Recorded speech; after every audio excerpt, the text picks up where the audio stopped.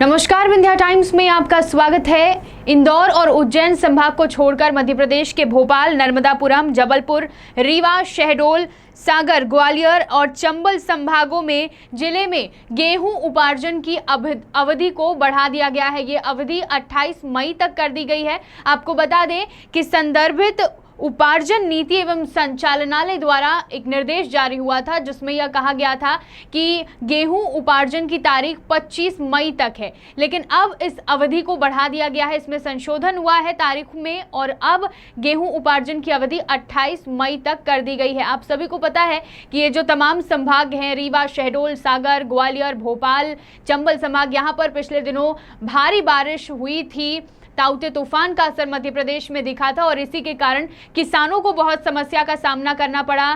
खरीदी केंद्रों में गेहूं जो रखी थी वह बर्बाद हुई। इसके अलावा असमय बारिश के कारण ये उपार्जन की प्रक्रिया भी नहीं हो पाई थी और इसी को मद्देनजर रखते हुए, किसानों का नुकसान ना हो, तमाम चीज़ों को ध्यान में रखते हुए गेहूं उपार्जन की अवधि को 28 मई तक बढ़ा दिया गया है। पहले ये तारीख 25 मई थी और अब इस अवधि को भोपाल, नर्मदापुरम, जबलपुर, रीवा, शहडोल, सागर, ग्वालियर और चंबल संभाग के जिलों में उपार्जन कार्य हो सके, इसलिए इन जिलों में अवधि को बढ़ाने का फैसला लिया गया है और इससे किसानों को राहत मिलेगी, क्योंकि पिछले दिनों जिस तरह से प्राकृतिक आपदा उन पर पड़ी है, इससे बहुत बड़ा नुकसान किसानों को हुआ है और उपार्जन न होने के कारण भी कहीं ना कहीं इस असमय बारिश के कारण उनके मन में एक आशंका थी कि अगर उपार्जन की तारीख को नहीं बढ़ाया गया तो फिर से बड़ा नुकसान उनको हो सकता है। लेकिन किसानों को राहत देने के लिए उपार्जन की अवधि 28 मई तक बढ़ा दी गई है। अभी की बड़ी खबर और इससे किसानों को